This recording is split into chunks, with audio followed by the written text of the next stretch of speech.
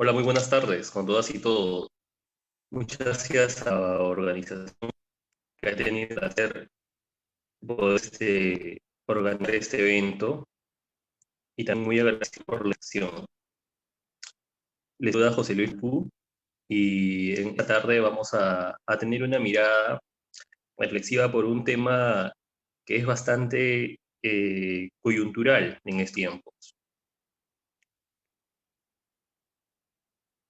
Hablamos sobre el tema de violencia contra las mujeres y los integrantes del grupo familiar, ¿no? Quisiera pedirles a los organizadores y organizadoras si me pudieran ayudar partiendo la diapositiva que les había traído para todas y todos, o en todo caso que me puedan facilitar el acceso a la opción de compartir archivos para poder proyectarles la diapositiva. A ver si me ayudan con eso, por favor.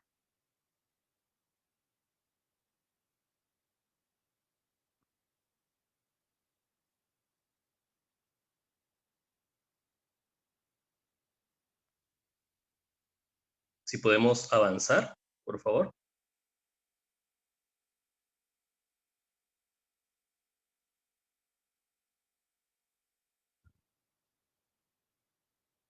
Bien.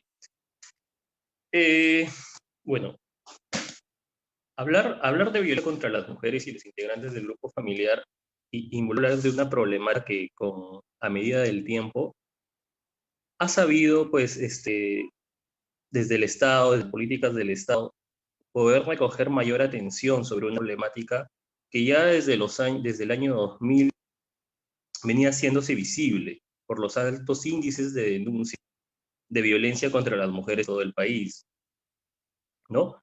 Sin embargo, no es hasta el año 2016 en que las políticas del Estado se refuerzan para crear políticas multisectoriales, creándose la Comisión Nacional de Alto Nivel, con sede acá en Lima, el Ministerio de la Mujer, para fortalecer el trabajo articulado, ¿no?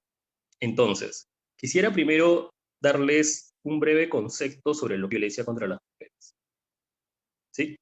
Violencia contra las mujeres lo define la Ley 30364, es toda acción u omisión que genere daño, tanto en una mujer como en una persona integrante de un grupo familiar, ¿no? Entonces ahí ingresan, aparte de la mujer en todo su ciclo de vida, también ingresan cualquier persona, hombre o mujer, que pertenezca o tenga un vínculo familiar, tanto en la parte agresora como la parte víctima, ¿no? Eh, a partir del año 2016, nuestro país impulsa políticas, como les vuelvo a repetir, de Estado, para trabajar de manera articulada esta temática que revelaba hasta ese entonces una tasa alta de casos de violencia contra las mujeres, ¿no? Eh, por qué es importante señalar esto?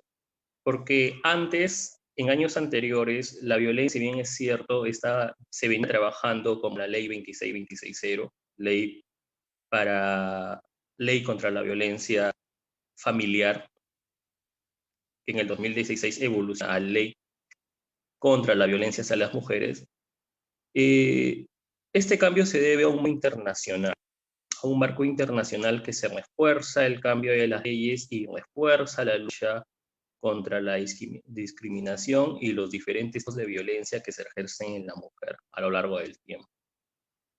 Y recordemos así que hay una convención, que es la Convención de Belén do Pará, que exhorta a los estados desde 1996 a crear políticas especializadas en la temática de violencia, ¿no? ¿Por qué? Bueno, vuelvo a incidir en eso, hay una tasa alta de violencia contra las mujeres y sobre todo porque hay una expresión máxima de violencia que se ha vuelto bastante coyuntural y difícil de trabajar, que es, en el caso, la expresión máxima de violencia contra las mujeres se generaba en alta tasa de suicidios, ¿no? Ya para este año 2020, la tasa de feminicidios sigue en aumento y todo el mundo, todas las instituciones, o al menos los que trabajamos en la TICA, siempre nos preguntamos eh, cuáles son las causas que disparan la alta tasa de feminicidios, o al menos las altas tasas de violencia contra las mujeres y los integrantes de la familia. Entonces, sabemos ya que el concepto de violencia contra las mujeres es cualquier acción u omisión que le genere daño en cualquiera de sus formas, ya en una índole psicológica, en una índole física, en una índole sexual o patrimonial. Para trabajar la violencia contra las mujeres, el Ministerio de la Mujer, la Convención Nacional de Alto Nivel, en conjunto con el Ministerio Público, la Policía Nacional, los juzgados, los módulos de justicia especializados, se preguntan cuáles serían las posibles causas para tener un abordaje claro, preciso, específico, y que nos lleve a la meta del país de bajar o al menos amortiguar la tasa de violencia que se evidenciaba en nuestro país y que se evidencia hasta el momento. Entonces, ustedes se preguntarán, y de repente muchas personas en algún momento, cuando ven una noticia de violencia, se preguntan cuáles son las causas de la violencia contra las mujeres. Y quizás yo te los invito a reflexionar en ese momento. Alguna vez, entre una conversación como profesionales de educación, profesionales de salud, o de repente profesionales de cualquier entidad, o como padre, madre, me ha preguntado, ¿cuál sería la causa de la violencia? ¿Por qué es que se ve violencia entre las mujeres o entre los grupos de familia?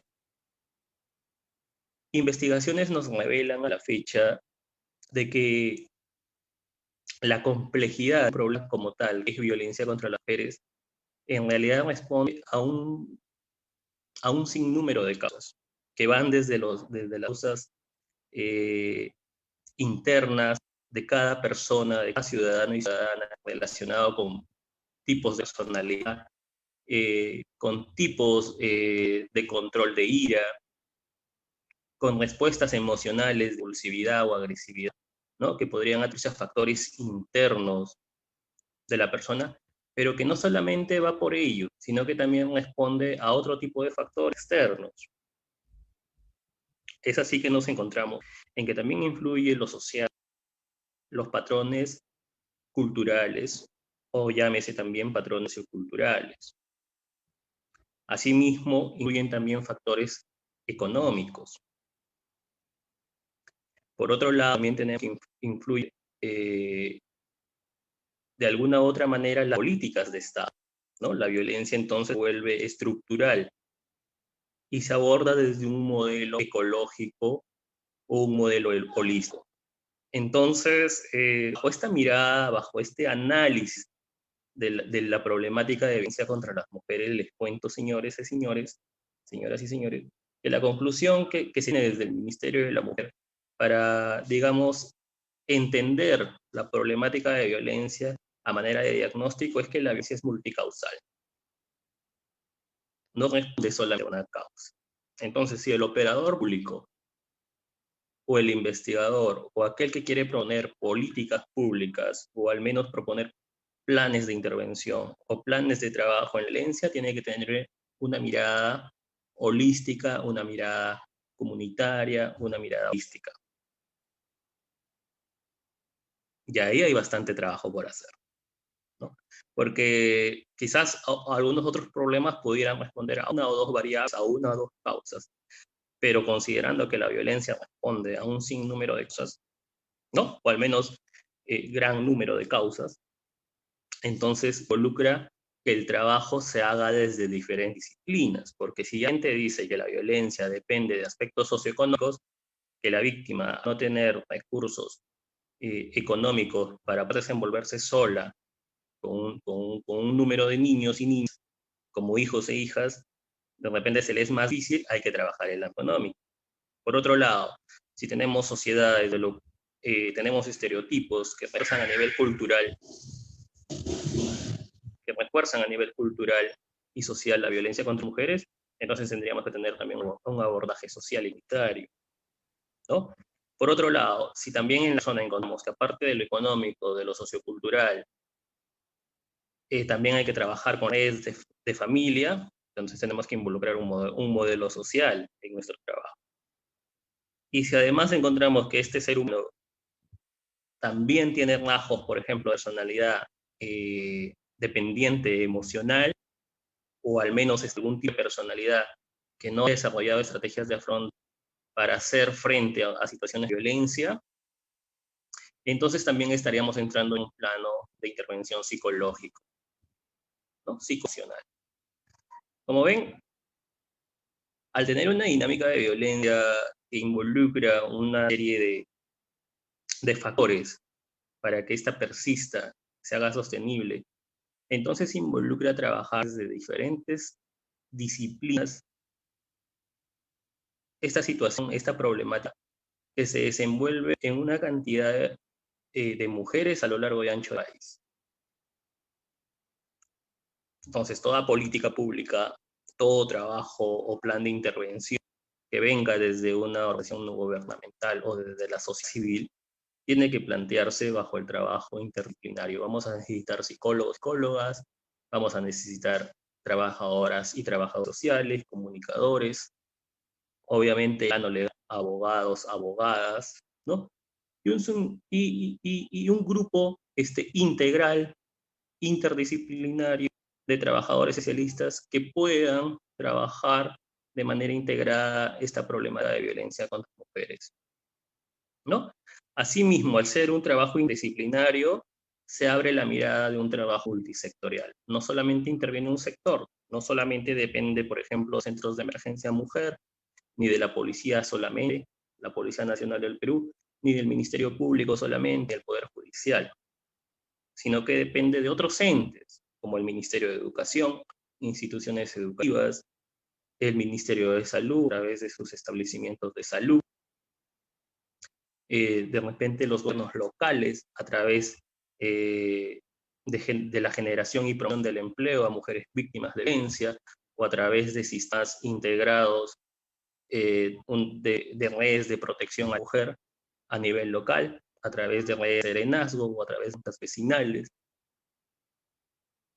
En fin, el trabajo podría tener una mirada integral, invita a la mayoría de instituciones a poner el hombro y a trabajar de manera integral ante una problemática que nos pone, pues, sobre la coyuntura, se nos cuesta hasta el momento todavía difícil de trabajar, ¿no? Porque, bueno, todos los días, o al menos durante la semana, ¿quién no escucha de algún caso de violencia? ¿No? O si alguien se acerca a una comisaría y mira las cifras, se va a encontrar pues que hay una gran cantidad de casos por día de denuncias por violencia contra las mujeres y los integrantes del grupo familiar.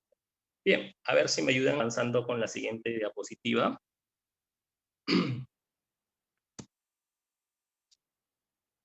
Entonces, les venía contando mientras van avanzando en la siguiente diapositiva.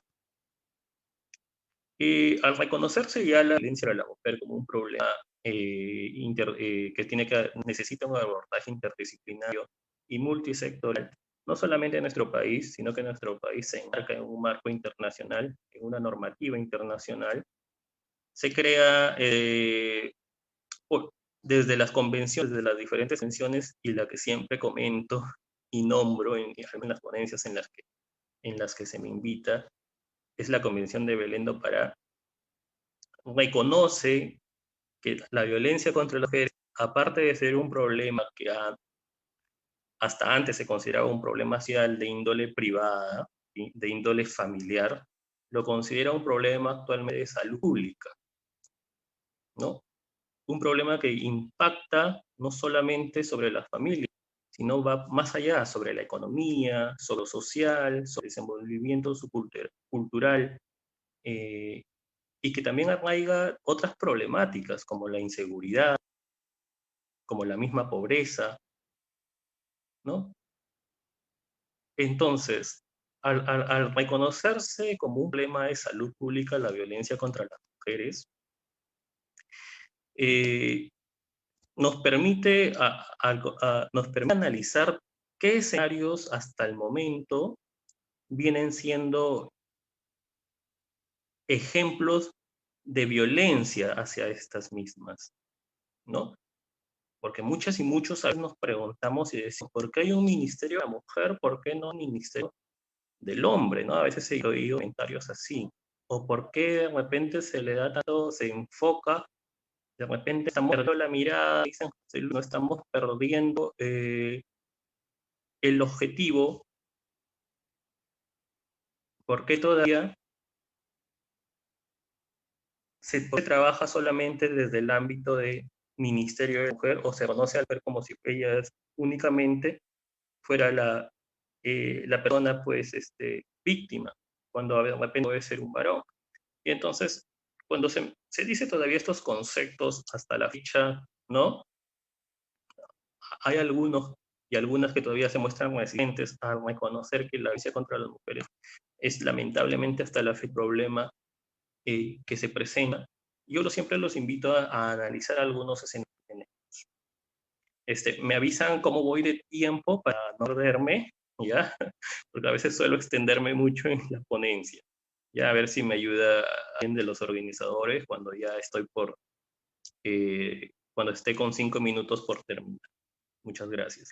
Entonces, nosotros sabemos que en el trabajo de todo operador público se sigue en base a una normativa y como país, y la normativa que rige en todo país es su constitución política. Nuestra constitución política tiene un marco de enfoque de derechos humanos, ¿correcto?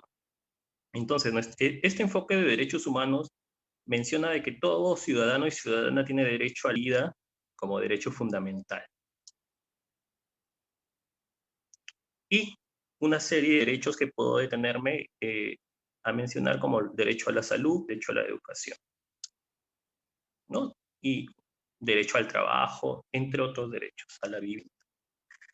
Entonces, con respecto al derecho fundamental, si analizamos desde un escenario eh, de un grupo familiar, lamentablemente hasta la fecha, la mujer sigue siendo víctima, a diferencia del hombre, de muerte, al menos dentro de un grupo familiar. Entonces, el feminicidio, que no solamente ocurre, valga decirlo, en un ambiente familiar, sino que ocurre fuera de este también, la muerte por la condición de tal mujeres, que se traduce en el feminicidio, sigue evidenciándose estadísticamente, significativamente, con tasas altas, a diferencia de el varón. La mujer en nuestro país fallece por su condición de tal, a diferencia de un varón que fallece por otros motivos, cuando se trata de muerte por otra persona, pero no es por su condición de ser varón. En cambio, la mujer en nuestro país sí, cuando es víctima de un feminicidio, es por su condición de tal. Pues, al ser muerta por su condición de tal, se está traduciendo en términos legales como un feminicidio, ¿no? ¿Qué diferencia todavía hay? ¿No? El varón muere generalmente por otros motivos cuando es dado muerto por otra persona, de repente es en un nuevo agravado, ¿no? El primer motivo por el que un varón fallece en nuestro país es dado muerto por otra persona, por otro ser humano, es mediante un nuevo. No muere por la pareja, no muere en una condición de que lo mato a él por no cumplir su rol. En cambio, a la mujer se le mata por su condición de mujer, porque no cumplió los patrones socioculturales que el hombre cree que debe esa mujer hacer, y al no cumplirlos, le da por muerto y se produce el feminicidio, ¿no? Recordemos algunos casos que hemos visto de trascendencia últimamente, ¿no? Cuando un varón mata a una mujer, generalmente es porque de repente él aduce, ¿no? Que fue víctima de infidelidad, ¿no? Por celos, porque ella quería dejar la relación, porque era víctima constante de violencia, ¿no? Entonces, el varón mata a la mujer generalmente por la condición de esta como tal, ¿no? Porque él asume de que la mujer es su propiedad, y ella, al no cumplir con ese requisito de propiedad asumida culturalmente del varón a la mujer, es que le da por mujer. Entonces, en nuestro país y en la mayoría de países latinos se sigue vulnerando el derecho principal de un ser humano, que es el derecho a la vida. Y si tenemos que hay una tasa más alta en una que en el otro, que en el sexo femenino, que en el sexo masculino, estamos hablando de que esta variable del sexo femenino necesita ser atendida. Necesitamos trabajar, focalizar programas para atender este problema.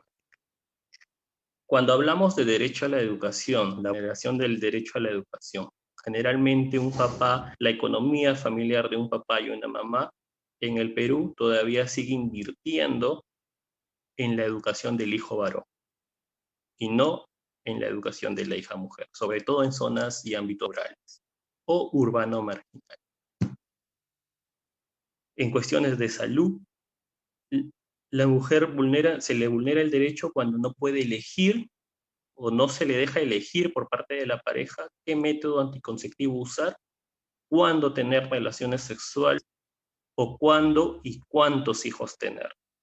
Generalmente esa decisión la toma el varón. El varón le dice a la mujer, hoy día quiero tener relaciones sexuales, y la mujer tiene que acceder, ¿no? O usted se cuida con este método anticonceptivo o no se cuida con este método anticonceptivo, y la mujer tiene que acceder. Entonces, esa decisión vulnera el derecho a la salud sexual reproductiva de la mujer a la actualidad. Y las investigaciones nos dicen que hasta el momento los varones toman un rol de poder sobre la sexualidad de la mujer. No solo en ámbitos de convivencia, sino también en ámbitos de relaciones de pareja. Entonces, vemos cómo todavía hay bastantes escenarios donde nos demuestran que la vulneración de los derechos de la mujer siguen siendo subordinados hasta el momento por encima de los derechos del varón, ¿no? Podemos hablar de más escenarios, por ejemplo, el empleo. Generalmente, en una relación de pareja, quien decide y toma la decisión de trabajar es el varón, ¿no? Y la mujer todavía sigue siendo sujeta al hogar, al cuidado de los niños, a las tareas del hogar, ¿no? A veces, si ambos son profesionales o ambos tienen una profesión y de repente por motivos coyunturales alguien tiene que dejar de trabajar para hacerse cargo de las tareas del hogar, es generalmente la mujer. Está demostrado. Las investigaciones nos dicen eso, ¿no? Y quien sale a trabajar. Entonces, hay muchos escenarios que todavía nos hacen reflexionar del por qué es que se trabaja de manera focalizada en la mujer. Hay que reivindicar esos derechos. La sociedad es evolución y quizás con el tiempo, cuando logremos la equidad, podamos trabajar ya con una mirada hacia las familias, ¿no? Pero primero tenemos que tener la equidad. Los programas del Estado, como el programa Aurora, tienen una normativa de creación en base a población vulnerable, población focalizada. Y la población vulnerable, hoy por hoy, todavía sigue siendo la mujer, por los escenarios que ya les he descrito, ¿no? Bueno, he visto que las diapositivas iban y venían, pero no sé si podemos pasar con la siguiente. ¿Me ayudan con eso? Bien, aquí en el Perú, y yo saludo eso, hay un plan nacional creado para el 2021, ¿no? Donde el Estado dedica presupuesto a la creación de instituciones que trabajen de manera especializada a la temática de violencia, desde el ámbito legal, como desde el ámbito en salud y educación. Desde el ámbito legal se han creado ya desde el 2016 para adelante, ¿no? Por eso yo les digo que en 2016 evoluciona las políticas de Estado y dedican presupuesto, ¿no?, en la temática de violencia. Se crean módulos especializados en eso. Los juzgados antes ya se dividían en juzgados de familia y juzgados penales, pero no habían juzgados de familia o módulos especializados en violencia contra la mujer y los integrantes del grupo familiar. Entonces, desde 2016, el Ministerio de la Mujer dedica presupuesto para la creación de módulos especializados en violencia contra las mujeres. Asimismo, también le asigna presupuesto al Ministerio Público. Y se crean fiscalías especializadas en violencia contra las mujeres, ¿no? Asimismo, participa de la creación de centros de salud mental comunitarios, ¿no?, que también trabajan en la temática de violencia. se refuerza protocolos entre los centros de emergencia mujer con las comisarías. Es por eso que ahora, desde el 2016 adelante, se crean centros de emergencia mujer en las comisarías. Usted ahora en una comisaría encontrará un centro de emergencia mujer, ¿no? Y tiene la mirada de que cada vez se implementen más. Y asimismo se han elaborado protocolos para que los centros de emergencia mujer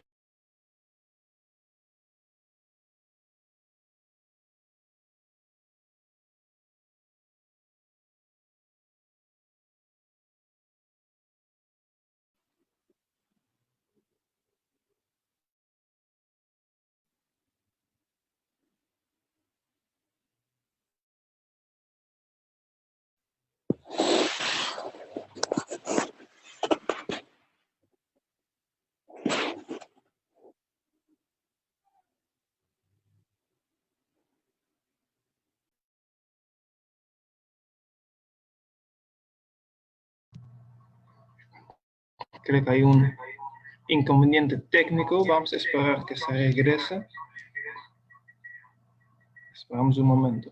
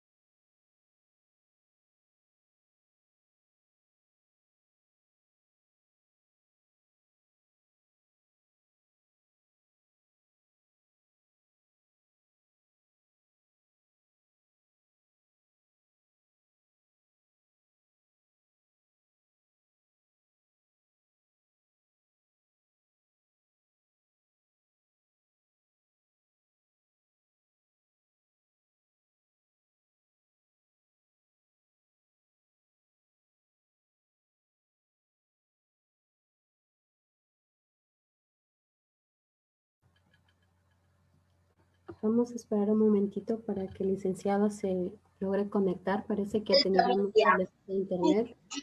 Vamos a esperar un momento y si no vamos a pasar luego a la segunda.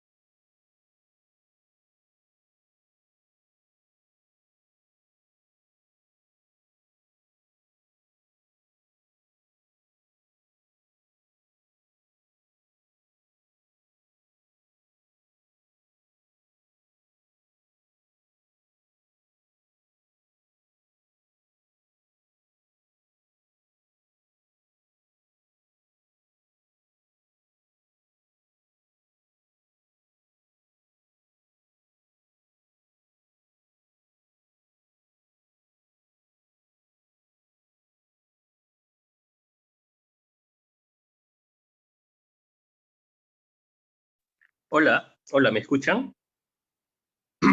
A ver si Sí. alguien me da un feedback con la disculpa del caso. Parece que he tenido problemas con la red. No se preocupe. Sí, Ok, lo escucho. muchas gracias. Entonces continúo. Sí, la disculpa del caso con todas y con todos, pero a veces estas cosas pasan. Muy amable, gracias por el feedback. Ya me escuchan todos y todas. Bien, entonces les comentaba que el Perú está invirtiendo en la creación de ya instituciones especializadas en la temática de violencia contra las mujeres, fiscalías, módulos especializados, centros de emergencia mujer en comisarías, un protocolo de centros de emergencia mujer con los establecimientos de salud. Últimamente se ha dado un protocolo para los casos en los que no puedan ver a las víctimas de violencia contra las mujeres sean delegados a la defensa pública y no se queden sin la asesoría legal correspondiente. Y en este marco de emergencia sanitaria también se crea el decreto 1470, que busca hacer más inmediata, espero no ser redundante con el término, de manera inmediata se atienda a las mujeres víctimas de violencia o integrantes del grupo familiar, dándoseles en el acto la medida de protección, ¿no? Este fue un decreto bastante importante porque ustedes recordarán, bueno, ahora ya estamos fuera de la cuarentena, seguimos en emergencia sanitaria, pero durante la cuarentena una gran cantidad, y eso pasó con los centros de emergencia mujer, pero un gran cúmulo de instituciones accedieron a la cuarentena que se dio por mandato presidencial. Los centros de emergencia mujer no estaban atendiendo. Ahora ya volvieron a sus actividades. Entonces, bajo esa coyuntura, había que darle, digamos que, viabilidad a los hechos, a las denuncias de violencia. Entonces, una víctima de violencia que llegaba a una comisaría a poner su denuncia, este decreto decía de que en el máximo de apenas el juez tenga conocimiento de este caso, mediante la comisaría, él le podía dictar la medida de protección, incluso utilizando los medios electrónicos, haciéndole llegar su medida de protección al celular, a un correo electrónico, o diciéndole, informándole las medidas de protección correspondientes mediante una llamada telefónica. Entonces, bueno, el Estado trataba de responder. Sin embargo, también hay que ser realistas y hubieron, pues, brechas en este marco, ¿no? de la emergencia sanitaria. Porque si bien es cierto, el decreto decía que había que dar la medida de protección en el acto, bueno, al menos muchas cortes, muchos juzgados tuvieron limitaciones para dar cumplimiento a esta norma.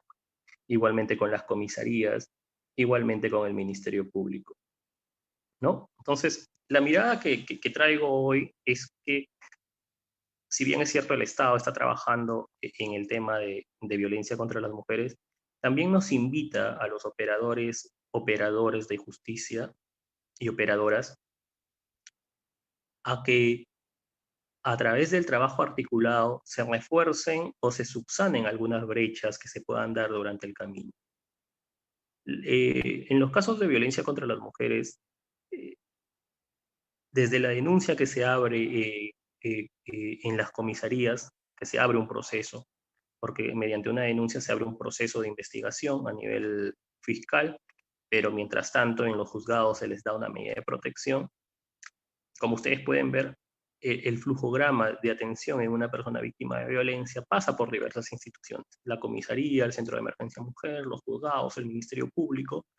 Entonces, las leyes y las normativas nos dicen que es importante que estas instituciones se reúnan de manera frecuente e identifiquen las brechas que están teniendo a nivel local, a nivel regional, para darles la salvedad posible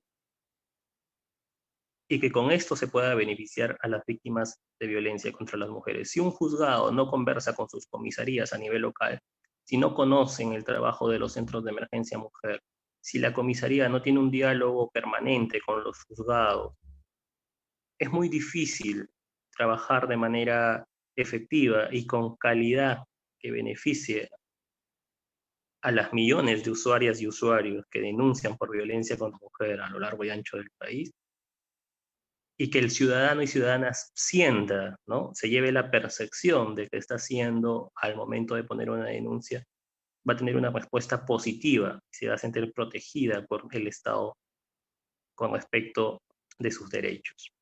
En otras palabras, una víctima de violencia tiene que percibir por parte del Estado que el sistema legal o el sistema de protección le está siendo útil, que su proceso está siendo viable, que le llegan unas medidas de protección acordes a sus necesidades, que la comisaría responde haciendo un patrullaje policial, que el Centro de Emergencia Mujer le da un seguimiento adecuado al caso.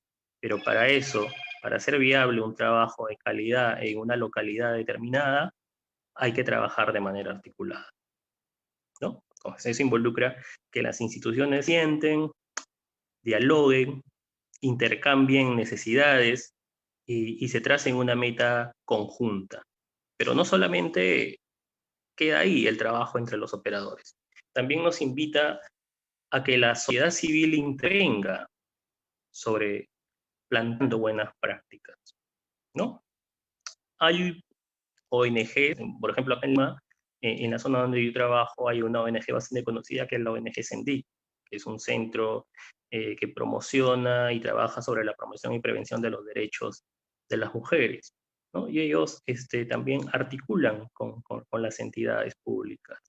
Entonces, la sociedad civil también puede intervenir haciendo propuestas, ¿no? En las brechas, involucrándose en los espacios, en las instancias distritales que trabajan la temática de violencia, formando mesas de trabajo, proponiendo mesas de trabajo a nivel local para erradicar la violencia contra las mujeres, porque la violencia, señores, es un trabajo de todas y todos, que va desde las instituciones públicas, el Estado, así como las sociedades civiles, las sociedades organizadas, a través de juntas vecinales, a través de organizaciones de base, a través de organizaciones no gubernamentales.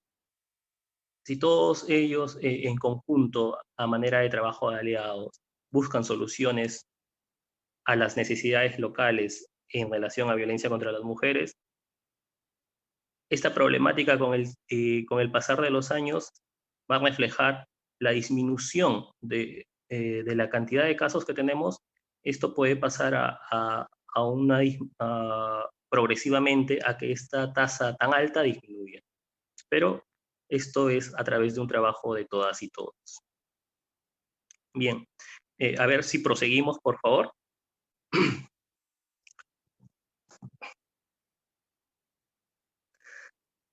Esta es una data a manera de diagnóstico sobre los casos con características de feminicidio. Son casos generalmente identificados en los centros de emergencia mujer con características de riesgo severo.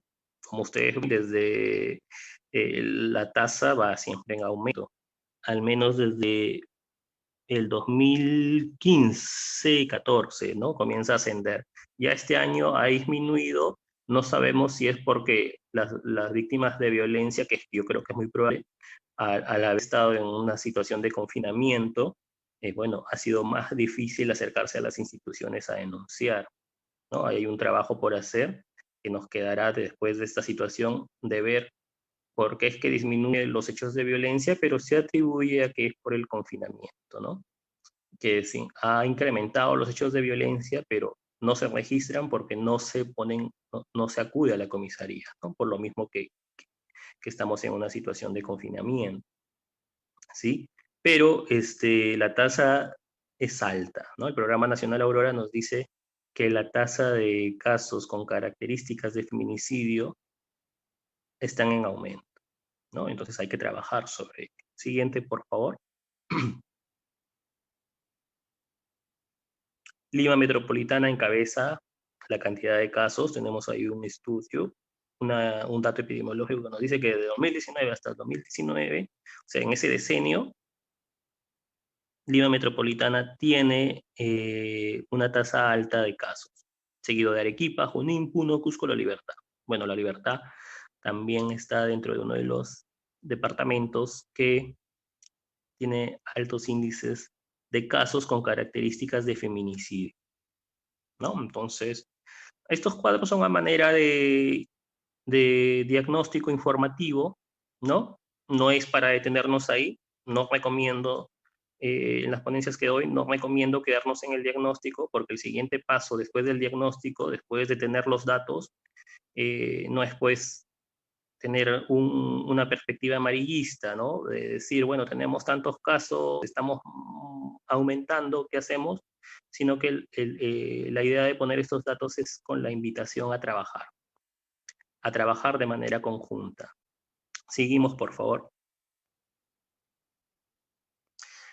Este perfil, he traído este cuadro porque, bueno, el perfil de la víctima de feminicidio pasa por varias variables, por diversas variables, no solo la edad, pero acá he querido enfocarlo desde la variable edad, ¿no? Entonces tenemos que una joven y una adulta joven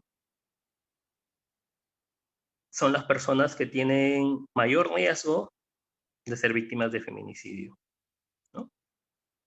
Generalmente esto va asociado porque una joven y adulta joven se enmarca en una relación de pareja.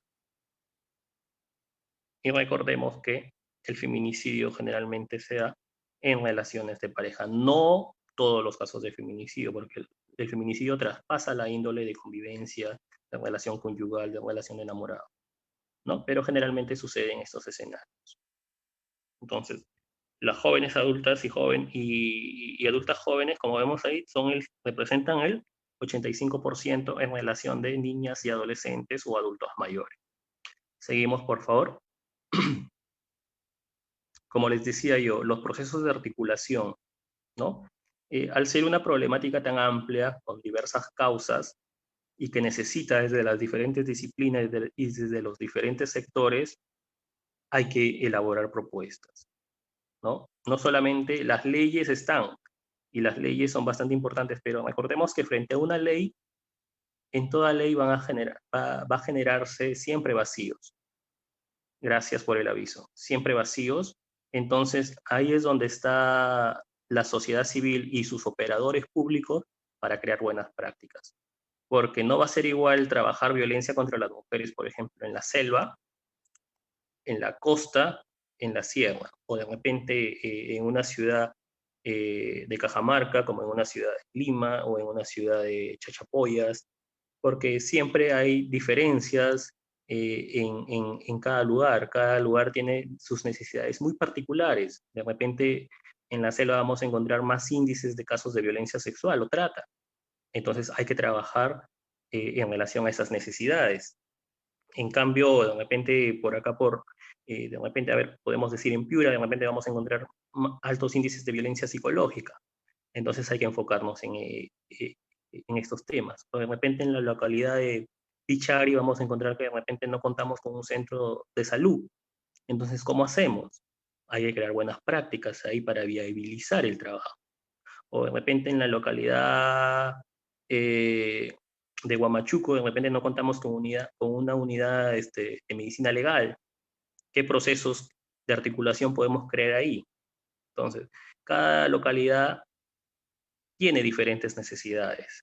Y es ahí donde las buenas prácticas o los planes o programas de intervención o proyectos de manera particular podemos crear a través de la articulación, a través de que se sienten las operadoras y operadores públicos con la sociedad civil, identificar sus necesidades y elaborar planes y proyectos de trabajo para darle salvedad a las diferentes particularidades en violencia contra las mujeres y los integrantes del grupo familiar que hay en su localidad. Siguiente, por favor. Bien, con esto quisiera despedirme. Agradezco nuevamente a la institución organizadora. Les voy a comentar pues una historia que me pasó a mí. Y quizás al contarles esta pequeña historia, todos vamos a poder entender del por qué yo me intereso por este tipo de casos. Aparte que es mi trabajo y que, bueno, he aprendido a convivir con esto, porque les digo que realmente es traumante los primeros meses. La verdad que yo ya quería desistir, porque todos los días veía casos de violencia, todos los días veía casos de violación contra menores, tentativas de feminicidio, o escuchaba de algunos compañeros que estaban en los ajetreos de poder llevar a los menores a un albergue, de poder acompañar a las víctimas o a los niños, pues, víctimas de violación. Es terrible, realmente. Una cosa es hablar, otra cosa es estar en un foro, sentado bien cómodo y comenzar a hablar sobre los casos de un aspecto técnico, pero otra muy diferente es hacer lo propio. Otra cosa es que tú te involucres en eso. Bueno, muchas personas, muchos profesionales son dedicados y muchas otras no, simplemente hacen su trabajo y quedan ahí. Y creo que es importante que todo servidor o trabajador del Estado se involucre, ¿sí? Se involucre de una forma efectiva para que pueda ver a ese niño o esa mujer víctima de violencia como si fuera tu familia. Y si ves de ese punto o ese punto de esta lista, estoy totalmente convencido que vas a hacer tu trabajo de una forma eficiente y eficaz. Solo así, si equiparas esa víctima de violencia como tu familia, como tu madre o como tu hija o como tu familiar, estoy seguro que vas a trabajar de una forma totalmente diferente, ser más efusivo, más proactivo y finalmente le vas a dar o le vas a servir de una forma adecuada. Bueno, les comento algo. Hace un buen tiempo, bueno, yo soy papá, tengo dos niñas y una de ellas, la mayor, un día se desapareció, ¿ya? Desapareció en nuestra casa, era más o menos la 12 y media, más o menos, ya estábamos por descansar y mi niña desapareció, no la encontré por ningún lado. Estando en mi casa y todo eso, la busqué en los armarios, en los diferentes lugares. Yo vivo en un tercer piso, bajé al primer piso. Te juro que esos fueron los 10 a 15 minutos más tensos, más preocupantes, más traumáticos de mi vida. El saber que mi hija no está en mi casa, no está conmigo a esa hora y que algo le podría haber pasado es terrible, terrible, terrible, terrible. Es por eso que me intereso en este tipo de temas, ¿no? De la atención de casos de niñas, niños y adolescentes desaparecidos.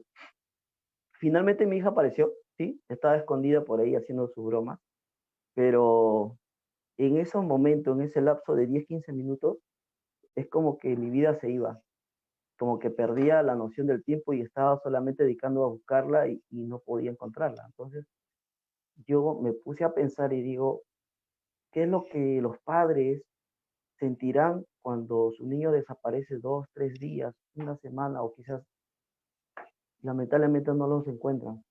Entonces comencé yo a investigar, comencé a averiguar, comencé a hacer mi propia investigación sobre este tipo de casos y bueno, hay un PPT que me gustaría compartirlos con ustedes, que es eh, de la Dirección de Políticas de Niñas y Niños y Adolescentes del mes de julio.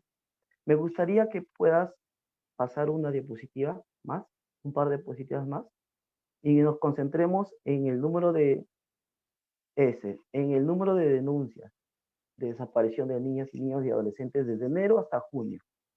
Señores, por favor, préstenme atención. En enero, desde enero, el 1 de enero hasta el 15 de marzo, se registraron 2.821 denuncias de desaparición de niñas, niños y adolescentes. Claro, todos vemos en las redes sociales, en la prensa, que desaparecen mujeres, que desaparecen personas, pero muy pocas veces nos centramos en la población más vulnerable. Yo lo veo así. Los niños son los más vulnerables. De 0 a 2 años o 3 años, si es que no tiene asistencia de una persona adulta, definitivamente ese niño no va a vivir. Entonces, si yo me pongo a pensar, la desaparición desde enero hasta el 15 de marzo de 2.821 niños, niñas y adolescentes.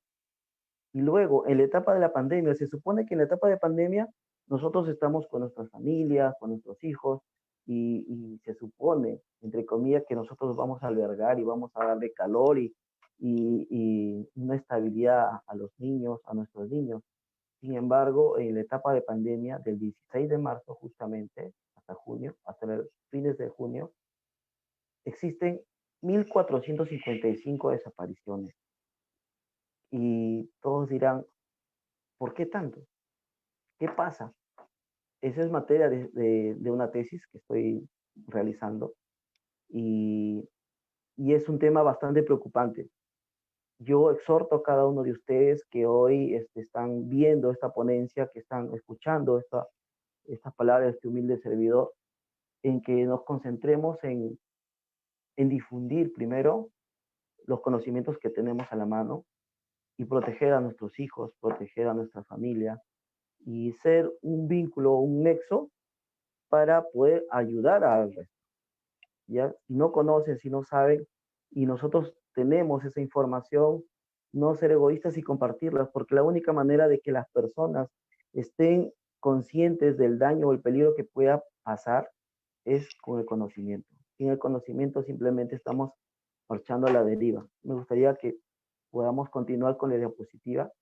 Vamos a tener que conversar sobre las consideraciones para la atención de niñas, niños y adolescentes desaparecidos en el marco del principio de interés superior del niño. Bueno, las leyes, nuestra Constitución ampara y protege el derecho a la vida. Las niñas y niños y adolescentes que desaparecen son generalmente sustraídos o inducidos a la fuga, ¿ya? A las personas menores de edad, niñas, niños y adolescentes, el Estado le otorga una protección especial. Esta protección, la cual está justificada por su exposición a una serie de riesgos en los cuales pueden verse especialmente vulnerables o indefensos, como les explicaba hace un momento. Un niño de 0 a 5 años, a 7 años, perdón, hasta 5 años, no puede valerse por sí solo.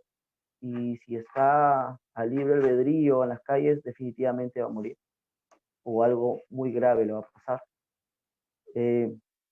Continuamos con la exposición. Hablamos sobre la Convención de Derechos Humanos, Derechos de las Niñas, Niñas y Adolescentes. Esta Convención de Derechos del Niño incluye el interés superior del niño como un principio rector que establece que todas las medidas respecto del niño deben ser basadas en la consideración del interés superior del niño. Corresponde al Estado asegurar una adecuada protección y cuidado cuando los padres y madres u otras personas responsables no tienen esa capacidad de hacerlo. Por ejemplo, hay padres que son alcohólicos o pues simplemente en una violencia o un intento de feminicidio. Generalmente pasa eso, el varón mata a la mujer y luego se envenena, se mata, pero los niños son los más perjudicados en este caso, aparte de la mujer ya violentada. Y bueno, el programa del Ministerio de la Mujer a través del Programa Nacional Aurora, estamos haciendo todos los esfuerzos necesarios para poder albergar a estos niños, para poderles dar una subvención económica, y cosa que en los anteriores gobiernos no se ha realizado. Poco a poco el Estado está dando presupuesto al Ministerio de la Mujer para que pueda realizar este tipo de programas. Pero no solo es el Ministerio de la Mujer, no solo es el Estado, sino que yo creo que es importante que todas las instituciones colaboremos para poder realizar el objetivo principal, que es albergar protección a los niños. Por ejemplo, este tipo de eventos es importantísimo y está interviniendo la empresa privada o las asociaciones públicas o las asociaciones no gubernamentales y fines de lucro. Y este tipo de acciones es importantísimo para que nosotros podamos difundir exactamente lo que viene pasando en nuestra realidad y de qué manera podemos realizar acciones para defender nuestros derechos de nuestros niños. La ley 3466, ley que establece los parámetros y garantías procesales para la consideración primordial del interés superior del niño, menciona en su artículo 9 del Código del Niño y Adolescente, establece como principio de interés superior del niño y del adolescente. Además de esto, de la ley 3466, publicada el 17 de junio del 2016, tiene por objeto establecer los parámetros y garantías procesales para la consideración primordial del interés superior del niño. Me gustaría conversar sobre esto. Las entidades obligadas para el cumplimiento en el marco de las competencias responsables para la aplicación de la protección de desaparición de niños y niñas y adolescentes son, bueno, la Policía Nacional, el Poder Judicial, el Ministerio Público, la Iglesia, las instituciones privadas, las instituciones públicas, todos debemos emprender un grano de arena para poder salvaguardar los derechos fundamentales de nuestros menores, ¿no? No sé si continuamos con la diapositiva. Si me van siguiendo, por favor. Vamos a conversar sobre los parámetros para la consideración primordial del interés superior del niño. El carácter universal, indivisible, interdependiente, interrelacionado de las decisiones respecto de los derechos de las niñas y niños y adolescentes, el reconocimiento de la niña y el niño y adolescente como titulares de derechos, el acceso a la justicia, el acceso a los servicios de salud, de educación, protección sin restricciones, el efecto de las medidas y decisiones relacionadas con el desarrollo de las niñas y adolescentes. Que bueno, son obligatorios, son de carácter obligatorio en los procesos de procedimientos de las entidades públicas y privadas, las medidas relativas a políticas y lineamientos que afecten a estas niñas y niños y adolescentes. Es importantísimo que el gobierno, el Estado, genere políticas públicas con la finalidad de apoyar o incrementar el tema de los parámetros de consideración de primordial de interés superior del niño. Las garantías procesales para la consideración primordial del interés superior del niño, el derecho a la niña, al niño, adolescente, a ser informado, a ser escuchado, a expresar su propia opinión, a que ésta sea tomada en cuenta, a que se considere los efectos que la ley otorga, la determinación de los hechos, la percepción del tiempo y la participación de los profesionales calificados para este fin, la argumentación de la decisión tomada en la consideración primordial del interés superior del niño, mecanismos para examinar y revisar las decisiones concernientes a las niñas, niños y adolescentes, el impacto, la evaluación del impacto de la decisión tomada en consideración de derechos de la niña, niño y adolescente. Me gustaría conversarles sobre la evaluación de la aplicación de este interés superior del niño, niña y adolescente. Las características de cada niño o niño y adolescente, la identificación de estos elementos u otros factores concurrentes y la ponderación de sus derechos. No sé si avanzamos, si me van siguiendo con las diapositivas, les agradecería, muchas gracias. Procedimientos en el marco del protocolo interinstitucional de atención de casos de desaparición de personas en situación de vulnerabilidad y otros. Estos casos son aprobados a través del Decreto Supremo 002 del 2020 y menciona lo siguiente, el procedimiento en sí. Primero, la denuncia, la presentación de la denuncia. ¿Y dónde se va a realizar esta denuncia? Bueno, se realiza en cualquier comisaría, dependencia de investigación criminal, DIPINCRI, División de Búsqueda de Personas, DIAP, o cualquier otra dependencia policial autorizada. El contenido de esta denuncia, ¿qué es lo que tiene que contener la denuncia? Los datos personales de la persona denunciante, los datos personales de la persona desaparecida, las circunstancias en que tuvo lugar la desaparición. Y si la persona denunciante no cuenta con un documento que acredite su identidad, el personal policial igual tiene que recibir la denuncia, sin prejuicio de solicitar información a RENIE, Migraciones o entidad alguna correspondiente. ¿Qué pasa? Tengo conocimiento que, por ejemplo, hay muchos efectivos policiales que no conocen o no son comprometidos con este tipo de acciones, no solamente en la desaparición de personas, de niños, adolescentes, sino con el caso, por ejemplo, de mujeres que van a la comisaría a realizar su denuncia y le piden su DNI. Y si no tiene su DNI, no realiza la denuncia. Un momentito. Por eso es importante que nosotros tengamos ese conocimiento. Y las personas que no lo tienen, pues nosotros facilitar eso. Y nuevamente agradezco este tipo de reuniones, este tipo de foros que facilitan eso. Usted tiene que exigir sus derechos y que una persona o el efectivo policial tiene que presentar la denuncia sí o sí, y no es necesario que tú tengas el documento físico para que eso se realice. Y en el caso, por ejemplo, que las personas son LGTBI, policía o el personal policial tiene la obligación de colocar el nombre o la identidad de género en la cual la persona se identifique, ¿no? Dos, a ver, es necesario que hayan transcurrido 24 horas desde la desaparición para realizar la denuncia. No es necesario, no es necesario. Anteriormente teníamos la idea equivocada, no, o sea, ibas a la comisaría y te decía, pero ya pasaron las 24 horas. No. Ah, no, entonces tiene que esperar que pasen las 24 horas para realizar su denuncia. Esto no es factible. Usted tiene que exigir sus derechos.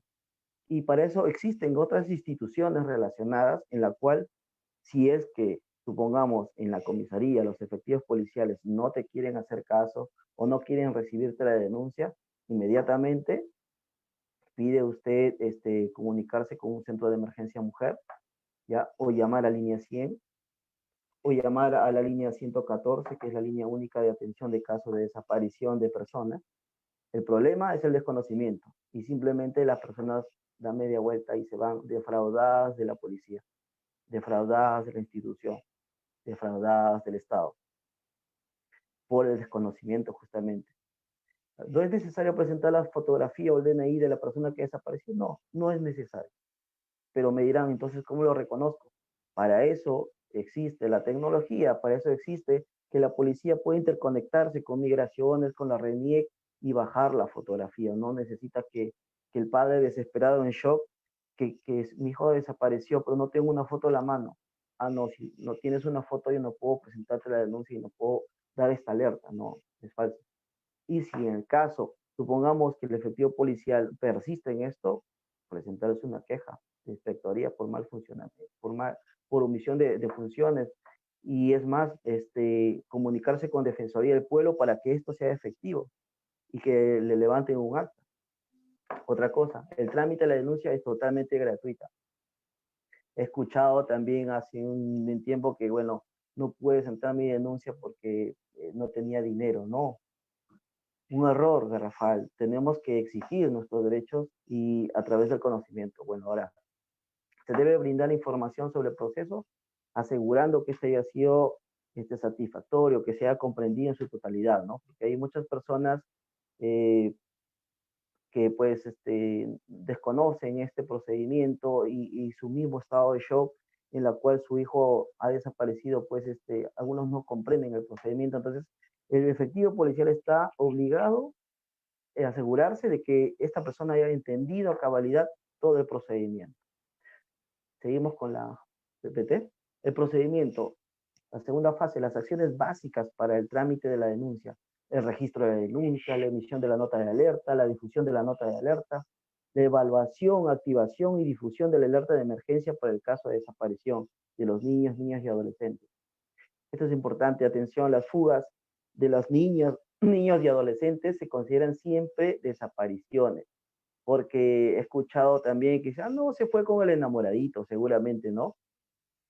¿Y cuántos años tiene? 13 años. Ah, sí, pues de repente se fue con él. No, es una niña, es un menor de edad. Y las fugas son consideradas desapariciones porque existen, por ejemplo, las redes sociales y los niños son captados por estas redes sociales. La pedofilia, el tráfico, la trata de personas. Y esto generalmente se da pues en hogares disfuncionales, ¿no? Tengo entendido por las investigaciones que estoy realizando, pues el 25-28% se da en adolescentes, ¿no? Entre 14 a 16 años, de hogares disfuncionales en las cuales se conectan a través de la internet y buscan esa figura, ¿no? De protección, esa figura paterna, qué sé yo, entre comillas, el enamoramiento, pero finalmente pues cae en algo terrible, ¿no? Que es la pedofilia, por ejemplo, y que es la trata de personas, ¿no? Por eso es importante tener claro, las fugas de los niños, niñas y adolescentes se consideran siempre desapariciones y se entiende que de acuerdo a lo establecido en el protocolo interinstitucional de atención de casos de desaparición de personas en situación de vulnerabilidad y otros casos de desaparición. La siguiente Filimina, la siguiente PPT, la nota de alerta y la alerta de emergencia. ¿Qué es la nota de alerta? Se emite todos los casos que se denuncia la desaparición de una persona y tiene carácter permanente, es decir, hasta que se encuentre la persona desaparecida contiene la información de la denuncia y todos los datos de la persona desaparecida. Mientras que la alerta de emergencia es el formato emitido por la Policía Nacional del Perú que contiene el resumen de toda la nota de alerta. Es temporal y se emplea solo en caso de desaparición de niñas, niños, adolescentes y mujeres víctimas de violencia, y su misión es adicional a esta nota de alerta. Los criterios para la activación de esta alerta de emergencia. En algunos casos de desaparición de niñas, niños y adolescentes, se realizan las alertas de emergencia para que se active y se deben cumplir con los siguientes criterios. ¿Cuáles son? La desaparición corresponde efectivamente a un niño, niña y adolescente cotejando la información con RENIEC, migraciones u otras fuentes oficiales que pueden servir como medio para informarse sobre esta desaparición. La desaparición se ha producido dentro de las 48 horas de haberse tomado conocimiento del hecho. Este criterio admite excepciones siempre que no haya transcurrido más de 72 horas desde que se conoció la desaparición. Criterios para la activación de la alerta de emergencia.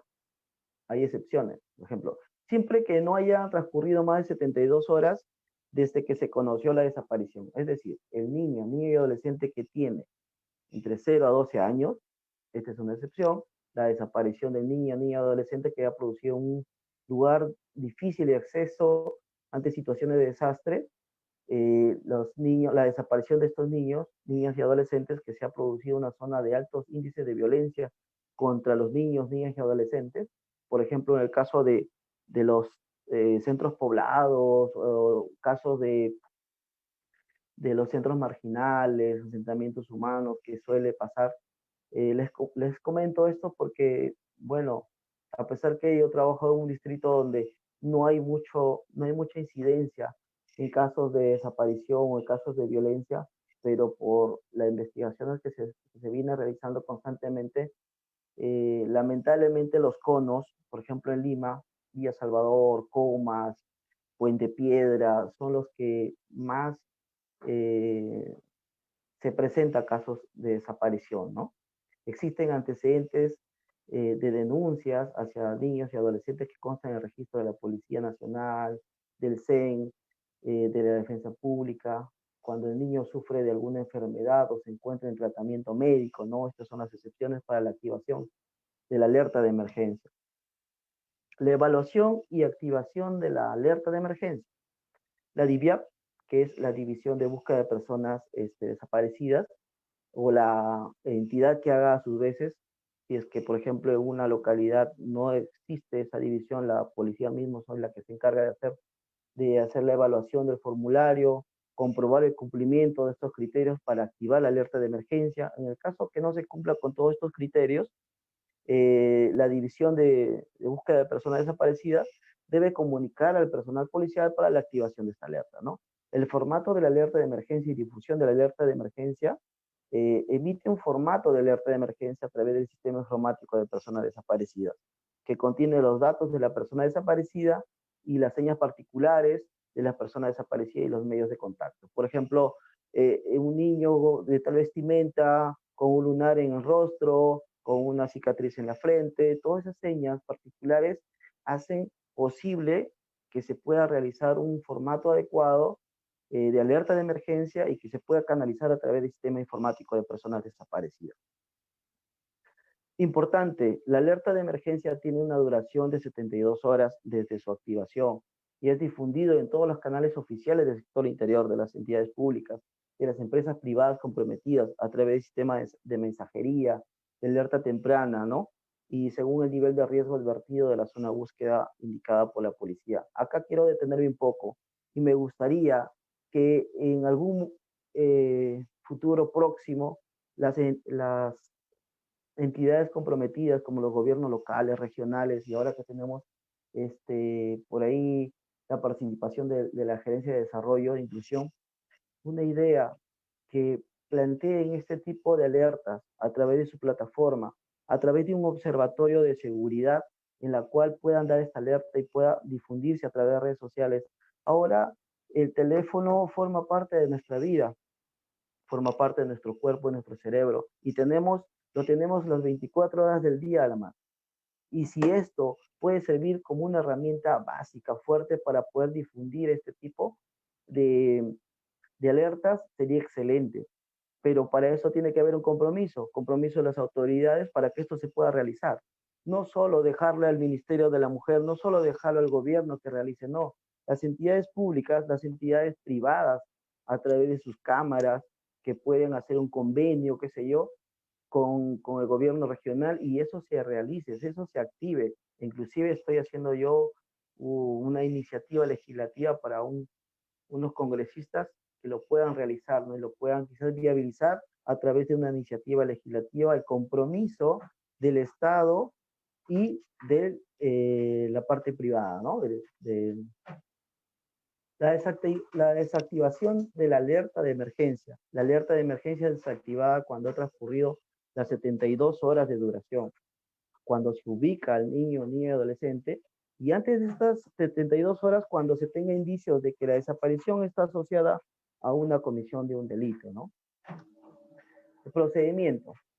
La parte 3, la recepción de la información sobre las personas desaparecidas. La policía puede recibir información sobre la ubicación de las personas desaparecidas a través de los siguientes medios. Presenciales, en cualquier comisaría a nivel nacional, se formulará una parte de ocurrencia y se derivará a la división de búsqueda de personas desaparecidas. Las no presenciales, lo que le decía hace un momento, la línea 114. ¿Quiénes saben, por ejemplo, de todos ustedes, la pregunta suelta, ¿quiénes conocen esta línea de atención, la 114, línea única de atención de casos de desaparición? Creo que muy pocas personas. Entonces, es menester, es obligación de todos nosotros, estando hoy en esta charla, en este foro, en este evento, de que estos pequeños conocimientos que estamos explicando, conversando, lo podamos masificar, porque solamente así vamos a poder ayudar al resto. Solamente así nos comprometemos y de alguna otra forma vamos a solucionar algún caso de que una persona no conoce el procedimiento, no sabe cómo actuar, no sabe qué realizar y las diligencias del campo que son necesarias en hacerlo, ¿no?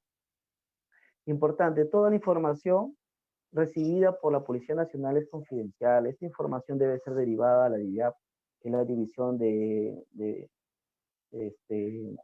personas desaparecidas, ¿no? Y esta división comprueba su veracidad, remite la información a la comisaría a cargo de la investigación. El procedimiento número 4, la investigación y la búsqueda. La investigación del caso es de responsabilidad personal del personal policial que recibió esta denuncia. Este comunica a la fiscalía para las acciones correspondientes. Además se encarga de las acciones básicas para la emisión de la nota de alerta y la alerta de emergencia y realizan diligencias inmediatas y diligencias con los niños, niñas y adolescentes. Las diligencias con los niños, niñas y adolescentes debe estar presente siempre un personal femenino. ¿Por qué?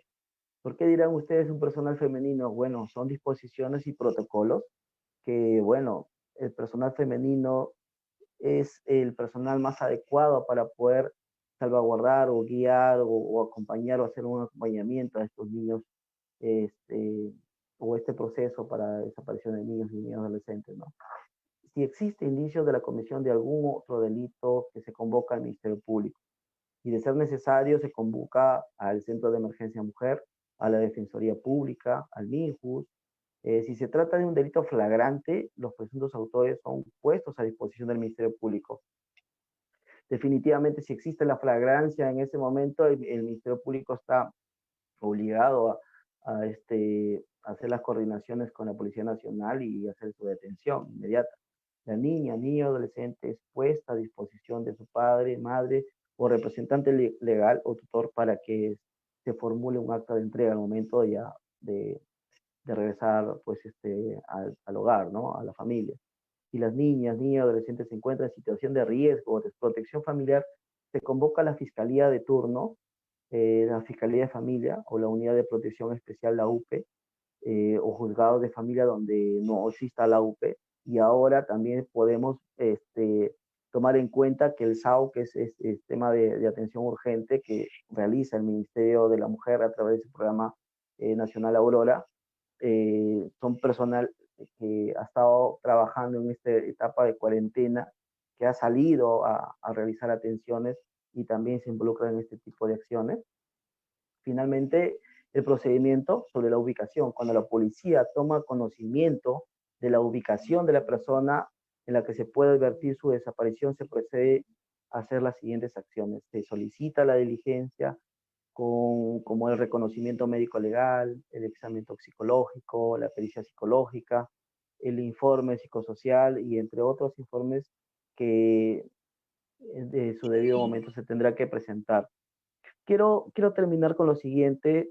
Quiero exhortar a cada uno de ustedes, estimados amigos profesionales, los que no son profesionales, los vecinos, los de la calle, los que están realizando trabajo, los que no están trabajando, todos en general, señores, por favor, el compromiso es de todos nosotros. Si nosotros no nos comprometemos a poder cambiar, a poner un granito de arena para mejorar nuestra idiosincrasia, nuestra realidad, estos casos tan terribles, lamentables que pasan. En Lima hay un feminicidio diario. En la etapa de cuarentena han desaparecido más de 800 mujeres y ya les di la cifra de los niños. Entonces, ¿qué estamos haciendo nosotros como población general para aportar? O sea, decir, no, es un trabajo del Ministerio de la Mujer y que ellos lo hagan. No. Es problema del Estado. Mucha corrupción, quizás sí, tal vez, pero ¿qué hacemos nosotros para comprometernos y finalmente llegar a aportar? Entonces, yo agradezco, felicito nuevamente a esta asociación Cambiando Horizontes, a la Gerencia de Desarrollo e Inclusión Social del Gobierno Regional de La Libertad, y que continuemos con este tipo de charlas, con este tipo de eventos, y nos comprometemos cada uno de nosotros, porque sin el compromiso no vamos a lograr nada. Ya se vienen nuevas elecciones congresales y presidenciales. Señores, a pensar, a elegir bien a nuestras autoridades, porque depende de ellos que todo este sistema de aparato económico, de salud, de la lucha frontal contra la violencia de la mujer, funcione. Porque si nosotros simplemente nos dejamos guiar por nuestro apasionamiento electoral y votamos por cualquier persona, también vamos a ser de alguna otra forma responsables. Y otra cosa, y con esto termino, agradezco infinitamente a cada uno de ustedes por darse un tiempo. El tiempo es difícil imposible de volverlo a tener. Y espero que esta pequeña exposición, estas pequeñas palabras, te hayan servido de algo para cada uno de ustedes. Muchas gracias.